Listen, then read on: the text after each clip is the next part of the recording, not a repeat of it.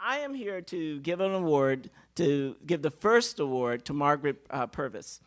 And she is a strong and clear voice in the fight to end hunger in New York City, where she is president and CEO of the largest food bank in the nation, serving 1 in every 5 New Yorkers, and in our state, by the way. And she sits on the governor's anti-hunger task force, and McSilver is very, very proud and very, very honored to have her as the first awardee tonight. So, ladies and gentlemen, I present Margarette Purvis.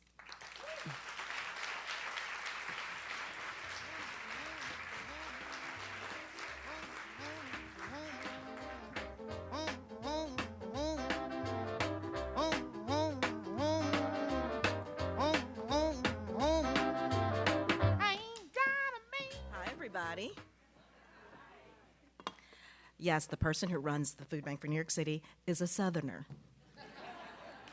So how y'all doing? I am so pleased and honored and humbled to be standing before you today. I had this whole thing that I prepared, and then I had a moment when I saw this whole NYU and McSilver, and I was taken back to the fact that I'm only in New York City because of an opportunity provided to me by NYU. I was a part of a program that is now no longer here, and they should bring it back. It's called GYM, Graduate Education for Minorities, and it introduced us to policy analysis and convinced me to leave New Orleans to come on to New York City, and it's working out for me pretty good. So, but to Dr. McKay, thank you so very much. And to all of the honorees, this table is so fun. I wish I could have you take bids on my seat to just get a moment with these people. They are fun. And I've convinced Carol that she's going to now be active in her NYU alumni group. Yes. And I told her if she doesn't, I'm going to pretend that I'm her because there's a whole lot of fundraising to do there. I want to be real clear. I'm standing here before you. I did not get an award in a basement. I pretty much work in a warehouse, a 90,000 square foot warehouse in the South Bronx. Yes, it is large.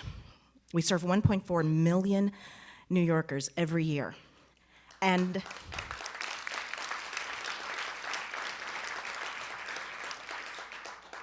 gosh, I hate what I'm about to say next, because I'm actually quite saddened by the fact that we have to do that work.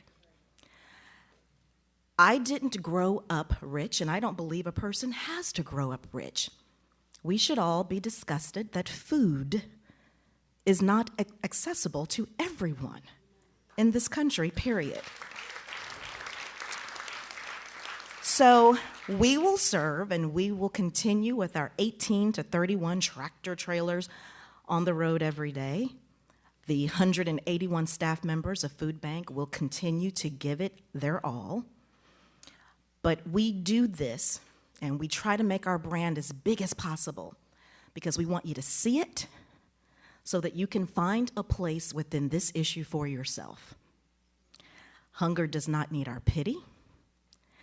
It needs us to be angry enough to get it changed.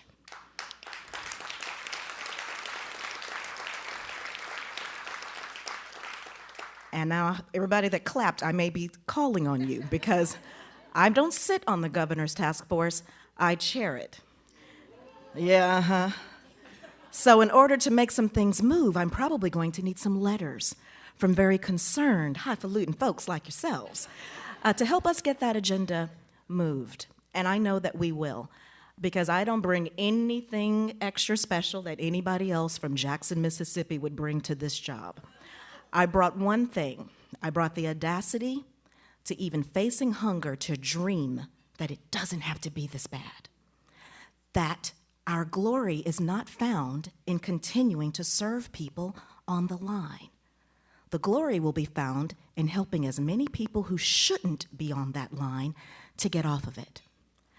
Our dream has produced some results this year that I've only gotten to tell my donors at my event last year, and since you've honored me with this, I'm going to share it with you. What a dream can do. I have 1,000 charities that get food from me, and everyone tells me their capacity is low. They're either from West Indies, they're black, they're uneducated. If they were smart, they'd get a real job. They wouldn't be serving people at a soup pantry. They don't know what to do, is what they told me. Or, Margaret, they do enough. They're doing God's work. Leave them be. I said they can do more. When I got to Food Bank for New York City, we had 13 charities joining with us in a little program we did called the EITC program, where we brought in taxes.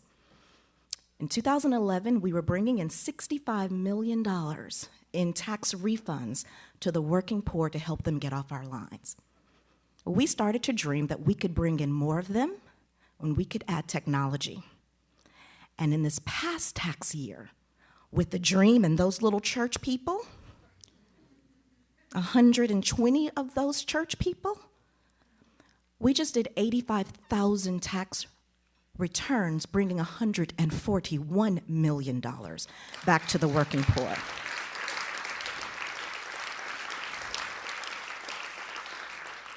So you've given me this honor, and I appreciate it. But let's give our city the honor of more of us getting involved and giving a dream to our neighbors, because there's no such thing as they are suffering from hunger. We all are. God bless you.